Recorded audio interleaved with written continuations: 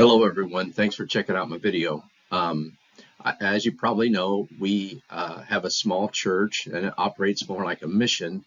And so our newest people are African American, but they're not professing Christians yet. So this presentation is built on how to build relationships with the African American community that are participating in a multicultural church. So we have our struggles. What I appreciate about this assignment is that it's helping me apply what I'm learning to my context. I don't think it would be helpful for me to create some kind of fantasy or imaginary church and design a program that I can't use. What I'm going to illustrate today is what I believe I can use. I'm hoping to build some bridges, build some relationships with people that are currently attending. Sarah Travis said that there's a risk in ministry as we address trauma because we don't want to re-traumatize individuals and create chaos. And everybody said amen. All right. Let's see here. Yeah, so here's what we're dealing with. I have 18 African American adults attending. Most are not profession of faith. They're very cautious at this point, sharing their personal stories. There's a lack of community. They don't hang out with one another or during the week. So the only time they see one another is at church. When we have the most success with this group is when we have large events, special meals. I'm trying to get them to attend Sunday school more. None of our adults are married. Some have cohabitation, but none are officially married. So we have some family struggles. And many of the adults are related to someone who has been incarcerated. So trauma is certainly there. So it is not feasible to offer a small group exercise as outlined for this project for three main reasons. First, we don't have the personnel to adequately fulfill what the assignment requires. We need Christians, first of all, that have the wisdom and capacity to lead a group, especially on the topic as sensitive as trauma.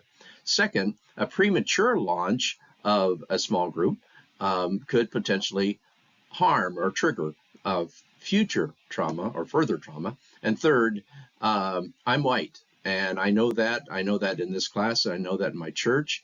I don't want to send some kind of unintentional message that I am Mr. Know-it-all. And I think that's enough said.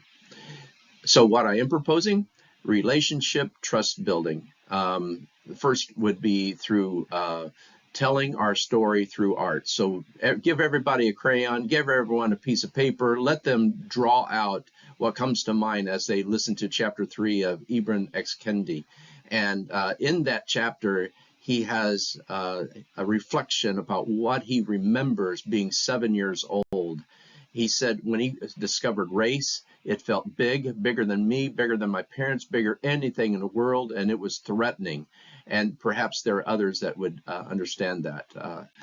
Also, the second session would be a poetry slam. Invite adults and teens to write poems about their story. And this is where we could do more integration with the current population we have some of our white congregation come in and listen to the poetry and listen to the stories told by African Americans. And then sessions 3, 4, and 5 would be a symposium to have an African American leader come and bring the word and let them hear opportunities for personal renewal and draw close to God, and then follow that up with a Q&A time. So the topic would be ways to reach them in a group, but then follow up with an after action review. So with the leader's input of these 5 sections, we would ask them, is this worth pursuing more? And let the people tell us what they want to move toward. And we would also, during this review, hopefully move into small group training. Here's what that would look like. We would tap into the resources of sister churches around and find out what's working in their context. We would discuss resources like Be the Bridge by Morrison and So each small chapter has an exercise where people share with one another, and then there will be accountability. Also, um, in relationship trust building, what's next? How is cultural trauma addressed?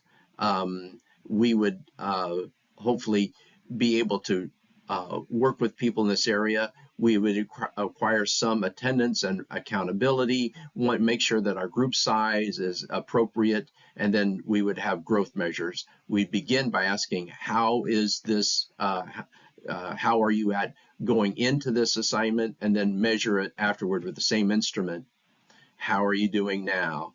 And that is basically how I would propose these sessions.